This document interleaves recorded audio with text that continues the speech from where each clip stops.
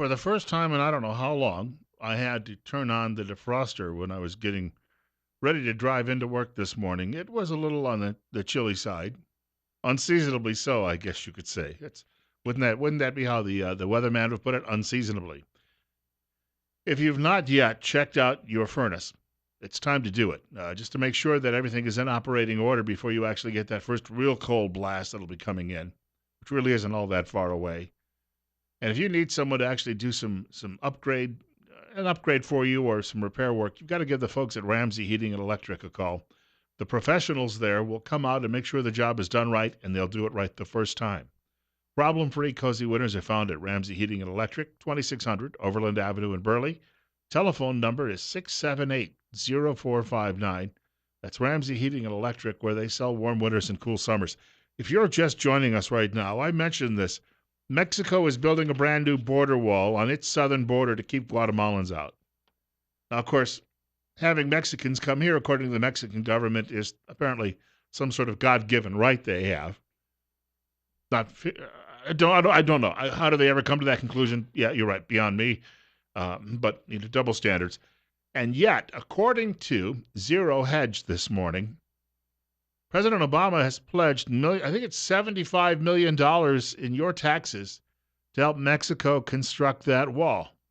So, yes, Mexico is building a border wall, and we're paying for it. Meanwhile, Donald Trump is sticking by his claim that he will build that wall between the United States and Mexico, and that the Mexican government will pay for it. Well, the former leader of that failed state, narco-terrorist state that it happens to be, guy by the name of Vicente Fox, was appearing on Morning Joe on MSDNC, and he was asked about that once more. They like to keep bringing him back so he can keep repeating this over and over and over again, although he's cleaned up his language. The last time he talked about this on one of the NBC networks was over at Univision, and he dropped the F word, referring to Donald Trump. Apparently on Morning Joe, they decided to clean it up just slightly. Joining us now from Capitol Hill, former President of Mexico, Vicente Fox. Mr. President, thanks so much for being with us. Is Mexico going to pay for the wall? Do you believe him? Oh, please, give me a break. I mean, it's a crazy, wild, stupid idea. We've been building such a strong partnership between Mexico and the United States. We exchange so much in trade, close to $1 trillion US. We exchange 1 million people goes back and forth that border. But many Americans coming to Mexico, many Mexicans coming to invest, to trade with the United States. But sir, what about all the immigrants who were pouring across the border into America and breaking the law? Well, you know that today the flow has reversed. Now exactly. Mexicans are coming back to Mexico because we have the opportunities for them, and much less of them are coming to United States. I would not notice this reverse trend going on if I was at Walmart or Costco or over at Winco, even to mention that. I wouldn't. To me, I don't see anything that's changed. Number two, now she's saying this in a sarcastic way, that's Mika Brzezinski, that they're coming across the border illegally, but they are. And his response is, oh, yes, but they're coming home now. Well, there's not even an apology. Yeah, I know, we break the law down in Mexico all the time. Wink, wink, nudge, nudge. Hey, I used to get campaign donations from Pablo Escobar. What do you know? All the big dope dealers, they were all behind my campaigns. In fact, they run the country. And a lot of Americans come visit Mexico, although they never come back because they end up getting kidnapped, then they get their heads chopped off, and they get dumped into a mass grave. But besides from that, my country's a great place. Why would you ever want to build a wall between the two nations? Will anybody hold his feet to the fire in one of these interviews? Again, she said, your people are coming here and crossing that border illegally. Oh, yes, but now they're all coming back. Oh, is that so? I'll tell you what, if we have 100 bank robberies in Idaho every year, and the next year I come to you and say we only had 97, things are great now. Would you feel that way, especially if it was your bank that kept getting hit? We're coming up on 8:40 in just a moment. Bill Colley with you on Top Story today on News Radio 1310, KLIX, and NewsRadio1310.com. I've got maybe 1 minute before the break, we'll squeeze a caller in. Caller, you're up next. You're on the air. Well, if they're all going back, my daughter lives in American Falls, and I was over there on a Sunday afternoon, and the park was just full. And I'm not a prejudiced man. I do business with these people all the time. I work with them all the time. I don't appreciate if they're illegal. But, how do you solve it? I don't know. But my attitude was this that day as I drove past the park. Look, I said, President Eisenhower got them out of this country by just simply saying, we're going to come after you, and they left. We can do it again. But my attitude was, how all this plays out, I don't know. But I just, I guess it was a silent prayer, so to speak. May they all learn to love America the way I do. And I don't know if that'll ever be the case. Thanks, Bill. Thank you. Yeah, when they come here and insist on walking on the U.S. flag or burning it, I'll tell you what, I'd have a special deportation plane I'd set up just for that crowd.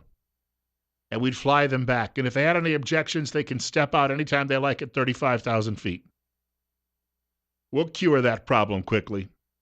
It's 45. Bill Colley with you this morning on Top Story on News Radio 1310, KLIX, and newsradio1310.com. Of course, Idaho Farm Bureau claims that we need more of them. I was thinking about that story that appeared the other day, and it was in the Times News, and it said that we have farmers who are terribly worried about Trump's election because that could mean we wouldn't see a lot of the cheap labor that they currently have. Now, the reason they hire a lot of these laborers is because, number one, they don't have school commitments. Number two, I heard a farmer mention this during a speech a couple of years ago, about a year ago, I guess it was, last summer here in Twin Falls, saying that I used to hire a lot of teenage boys, and they'd come work for a couple of days, and then on day 3 they wouldn't show up, and I'd go over to their house, and they'd send mommy to the door to tell me that they were sore and tired and couldn't come in that day. And he said, so I found it was a lot easier to go down to Utah, get a truckload of these guys who are from Mexico, bring them back up here, and have them work. And they're workaholics. Now, I don't doubt that. I've seen their work ethic. I don't doubt that at all. But I don't really know that is going to be. I'm looking at the numbers, and we were talking to the director of Trump's campaign here in Idaho last week on the air, and he said something. It was Lane Bangurter. He said that Trump could win 80% of the vote in Idaho. So I don't really know that that's the issue that's going to turn farmers away from Donald Trump. Number two, all they're seeking, and the Farm Bureau has been pushing for this, is a change in that visa program. Because you can do the visa program and you can bring people here legally to work, migrants here legally to work in the fields. But it's a seasonal thing, and they'd like to make it a 12-month visa so they could have people year-round. However, and I brought this up a few times on the air over the last couple of weeks, we have a college here in the state of Idaho that has invented a robot, and it's called the IdaBot, short for Idaho Robot. And the IdaBot is likely, in a matter of a few years, going to eliminate the need for all of these people to come to the USA. The problem may end up solving itself. It's also for the first time capital outlay. Now, if you have some sort of depreciation tax credit, that would be great for farmers. They could go out and they could buy these things left and right. But the IdaBots apparently will be able to work the fields. Now, my guess is what they'll be doing is they can plant. They can likely inspect fields. They'll be looking for blight. They'll be looking for rates of growth. They'll measure the water content of the soil. And then eventually, when crops are ready to be picked, they can harvest the crops too. When that takes place, there's going to be very little need to bring people here from other countries and put them to work in the fields. So the problem, as I say, could clear up all on its own when that day arrives. And unfortunately for our economy, the predictions are 90% of all of our jobs will be automated and be done by robots in 10 to 15 years. So, yes, it's going to hurt everybody before it's all said and done.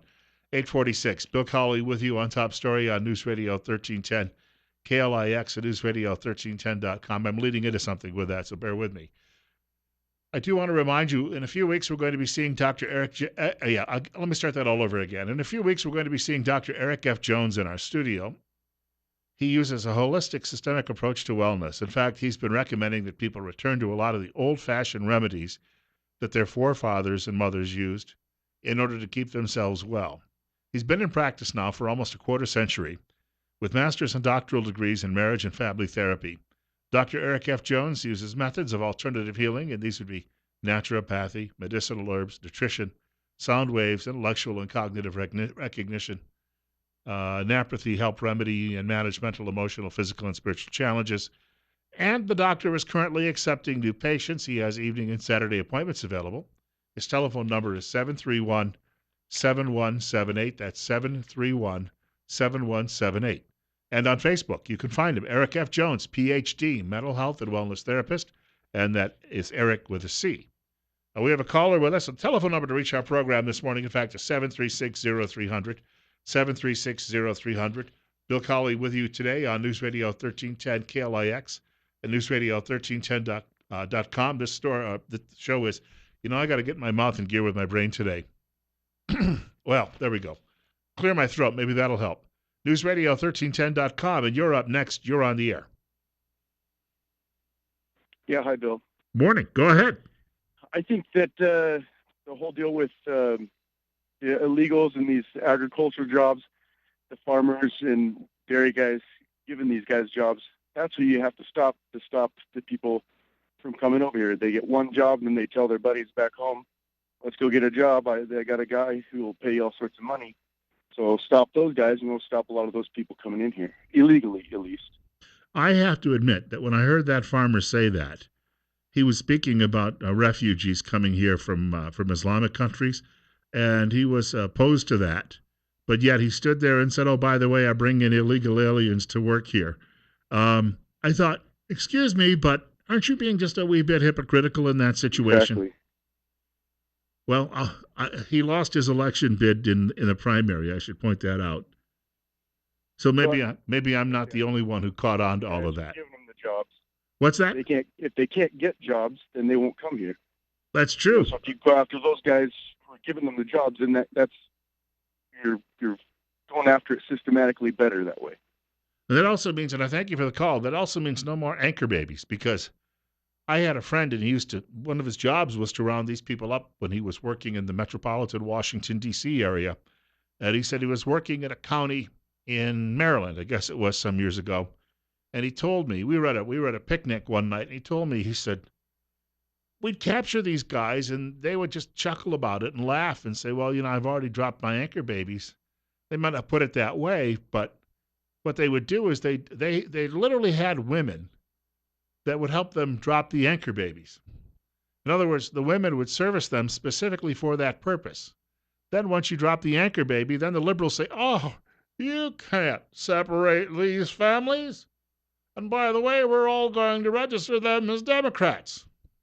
But you can't separate these families because, the middle three amendments also you can't, but they're citizens. You can't do that. So they're killing us that way. And you've got Americans willingly going along with it, who are generally Democrats. I'm telling you, this is a problem that has to be solved. It cannot go on. Now, if machinery does it, God bless us, I guess, although that machinery is going to take a lot of other jobs. 10 minutes away from 9 o'clock. Bill Colley with you on Top Story on News Radio 1310, KLIX and newsradio1310.com. A guy by the name of Thomas Frank is writing at the Politico today. Thomas Frank is a complete butthole. I know this because he used to write for the Wall Street Journal, and I emailed him a few times, and he's not very nice when he responds. He's a Democrat too. He's very condescending. And he wrote a book called What's the Matter with Kansas about 10 years ago. And in the book, he said that Kansans should be Democrats, but they were all basically Republicans. And in his view, they were voting against their own self-interest. In other words, if they were, golly gee, just vote for Democrats, they could all get free lunches. You know how that works. Remember that CNN reporter a few years ago? She was at a Tea Party rally, and she started arguing with a guy. She was there to report, but she started arguing with a guy about, yeah, but you won't get all of your free goodies from the government. As if somehow everyone was out for free goodies from the government. In other words, yeah, you got to help with the bankruptcy. Come on now, get on board.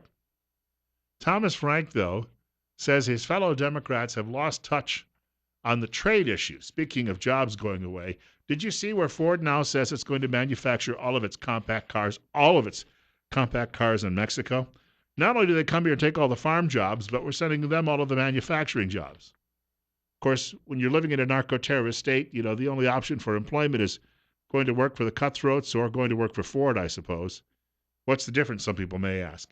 Mr. Frank writes, precious few Americans had even heard of the Trans-Pacific Partnership a year ago.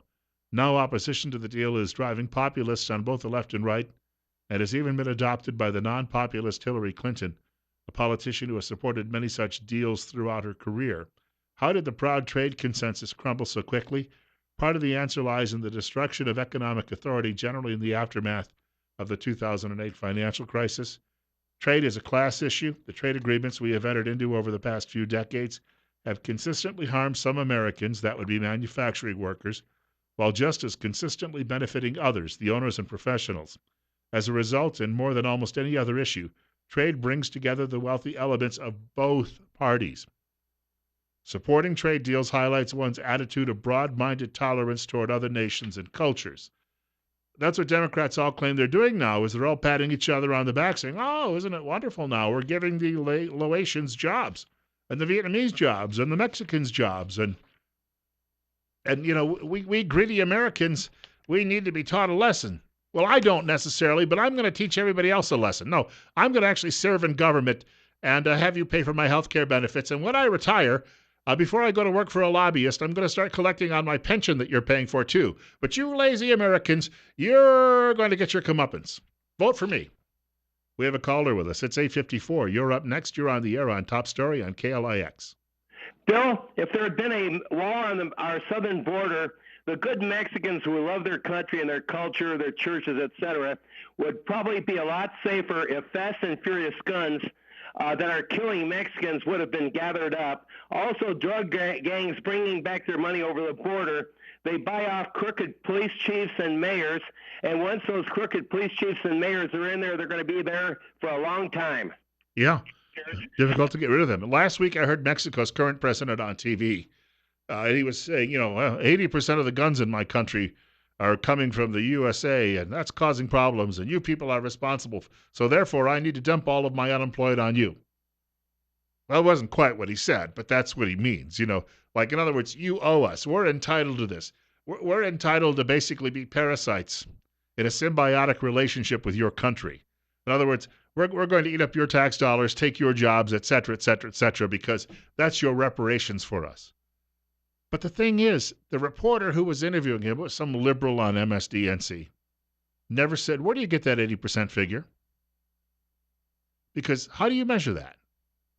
Well, we seized a few guns, the type that we used to kill Border Agent Brian Terry, and it appears the serial numbers and the manufacturers all in America.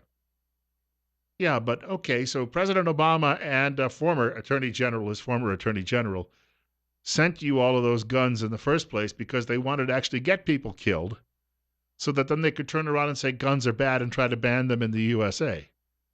So you're only counting the guns that were sent there as part of Fast and Furious that you've recovered. Is that true, Mr. President? Hemina. I don't know how do you say hemina in Spanish. I guess you say hemina, right? 8:56. Bill Colley with you on Top Story on News Radio 1310. KLIX and newsradio1310.com. They just, at least ask him where he gets the figure from.